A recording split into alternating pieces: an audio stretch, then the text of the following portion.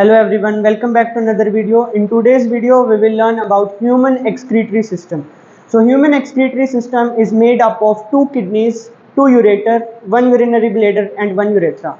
तो ये हमारे ह्यूमन एक्सक्रीटरी सिस्टम के जो है कंपोनेंट्स होते हैं। ह्यूमन एक्सक्रीटरी सिस्टम के अंदर किडनीज जो है वो मेन रोल प्ले करती हैं। इनके अंदर ब्लड कॉन्टिन्यूसली फ्लो करता रहता है और वो इन्हीं के थ्रू फिल्टर होता है, जिसके अंदर जो अनवांटेड सब्सटेंसेस होते हैं जो बॉडी के अंदर अगर एक्यूमुलेट हो जाएंगे तो वो पॉइजनस होंगे, उनको फिल्टर किडनी करती है। तो किडनी के पास रेनल आर्टरी जो है ब्लड को लेकर आती है और रेनल वेन जो है ब्लड को लेके जाती है। तो जब ब्लड आप किडनी में आएगा तो किडनी के पास एक स्मॉल स्ट्रक्चरल यूनिट होती है किडनी की, जिसको हम नेफ्रॉन बोलते हैं।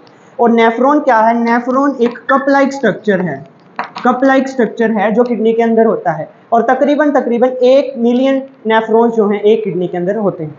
तो नेफ्रॉन के दो पार्ट्स में डिवाइड होता है। जो ऊपर वाला पार्ट होता है उसको हम बोलते हैं बोमेंस कैप्सूल, और जो नीचे का जितना भी बच गया उसको हम ट्यूब्यूल बोलते हैं। तो बोमेंस कैप्सूल ऊपर वाला एंड है और नीचे वाला एंड है हमारा ट्यूब्यूल।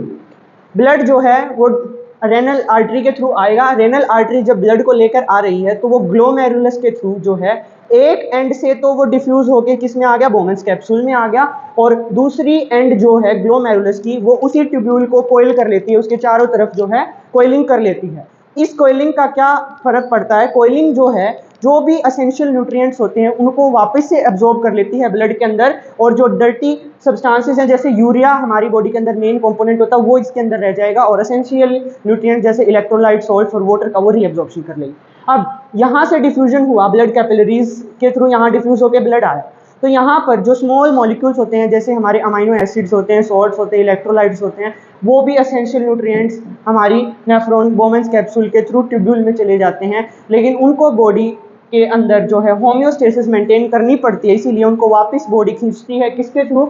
ये जो ट्यूब आई थी जो इसके अराउंड कोइलिंग की है जिस ब्लड कैपिलरी ने, वो उन न्यूट्रिएंट्स को यहाँ से वापस रीअब्जॉर्ब कर लेती है वापस से। तो बॉडी के अंदर सॉल्ट्स और इलेक्ट्रोलाइट का कंटेंट जो है वो मेंटेन रहता है।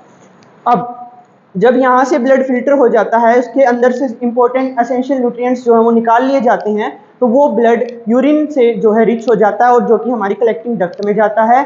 कलेक्टिंग डक्ट जो है हमारी यूरेटर के पास जाएगी, यूरेटर जो है यूरिनरी ब्लैडर के पास जाएगा और यूरिनरी ब्लैडर के थ्रू वो यूरेथ्रा से बॉडी से बाहर निकल जाएगा। यूरेथ्रा के पास दो मसल्स होती हैं जो उसकी ओपनिंग और क्लोजिंग को यानी कि यूरिन के फ्लो को मेंटेन करके रखती हैं। So this was all about human excretory system. Thanks for watching my video. Do like, share and subscribe to my channel. Stay tuned for more interesting biology videos.